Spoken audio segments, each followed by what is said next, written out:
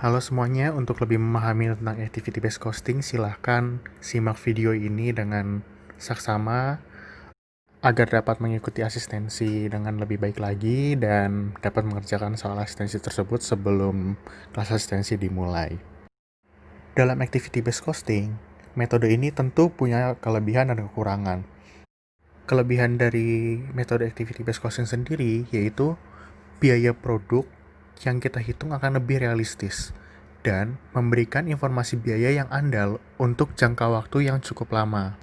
Kenapa dalam activity based costing biaya bisa disebutkan lebih realistis? Karena setiap produk itu setiap aktivitasnya kita hitung. Namun activity based costing juga memiliki kelemahan atau kekurangan, yaitu analisisnya itu sangat kompleks. Lalu memerlukan biaya yang besar dan waktu yang cukup lama. Untuk penerapan activity based costing sendiri, tidak semua perusahaan akan mendapatkan manfaat yang maksimal.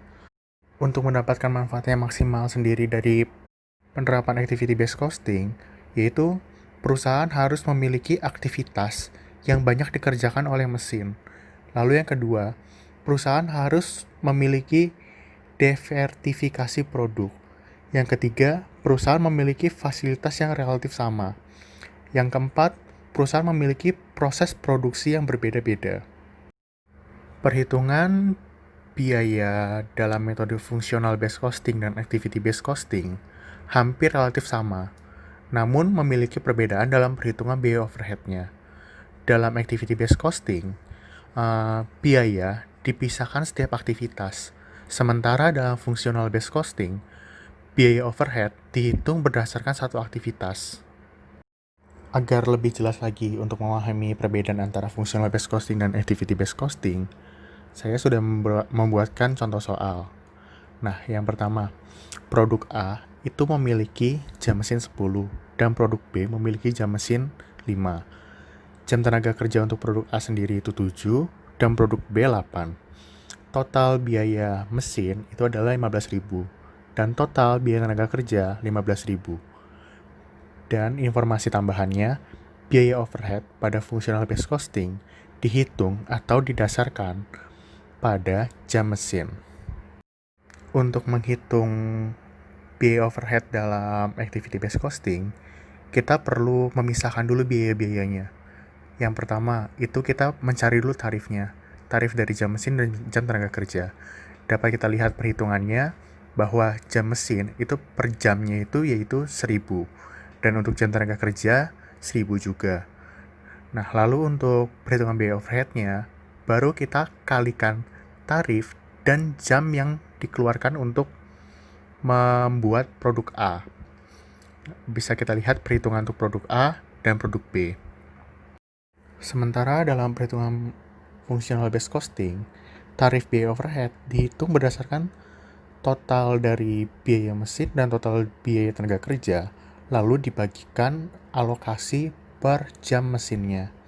Nah, untuk perhitungan biaya overhead sendiri, untuk produk A dan produk B, itu kita mengalihkan jam yang dibutuhkan, lalu dikalikan tarif per jam mesinnya. Dapat kita lihat untuk produk A yaitu 20.000 dan produk B 10.000. Berdasarkan dua perhitungan tadi, antara activity based costing dan functional based costing, kita melihat untuk produk A, pembebanannya itu akan lebih besar dalam perhitungan functional based costing dibanding dengan activity based costing.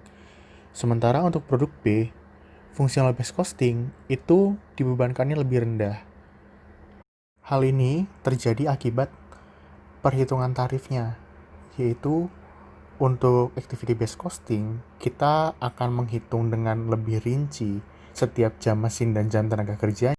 Kesimpulan dari presentasi ini yaitu activity based costing lebih akurat dalam beban biayanya, namun memerlukan perhitungan yang lebih kompleks daripada metode functional based costing.